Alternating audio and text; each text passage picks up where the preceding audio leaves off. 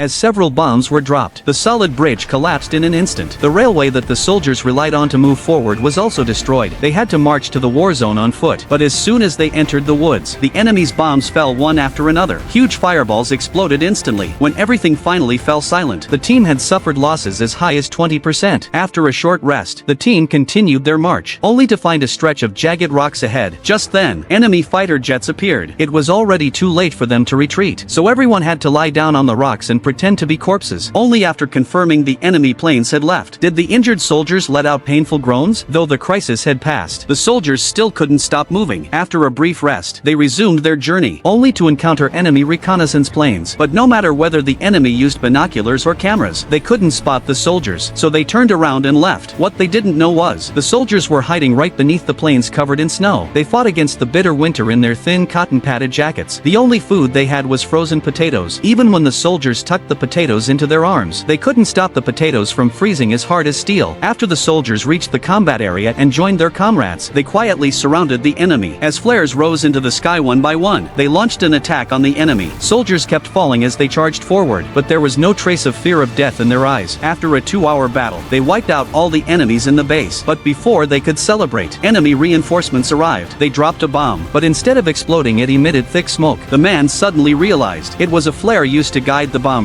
In an instant, enemy bombs fell like raindrops around the soldiers. The team leader rushed toward the flare without hesitation. Even though the blast knocked him to the ground, he got back up and kept going, trying to put out the smoke with snow and ice. But by then the flare had been burned red hot. He endured the searing heat, pulled the flare out of the ground, placed it in the back of a vehicle and drove the car, weaving through enemy tanks. Even as his body was on fire, he didn't jump out of the car to escape. The final bomb blast covered the team leader in blood. His thin cotton-padded jacket couldn't stop the sharp shrapnel. The severe pain made him twitch uncontrollably. His comrades used all their strength to lift the car and pull the team leader out. Seeing the team leader covered in blood, tears filled the soldier's eyes. One comrade with tears in his eyes tied the team leader's shoelaces. As the man looked at the team leader's name on the roster, a man who was always strong cried like a child. With the victory of this battle, the enemy was forced to retreat, and on their way back, they saw the soldiers frozen into ice statues. They had kept their fighting postures even until their last breath. This sight left the enemy officers shocked and in awe. They were all heroes. It was because of soldiers like them, who feared no sacrifice, that we have the happy life we enjoy today.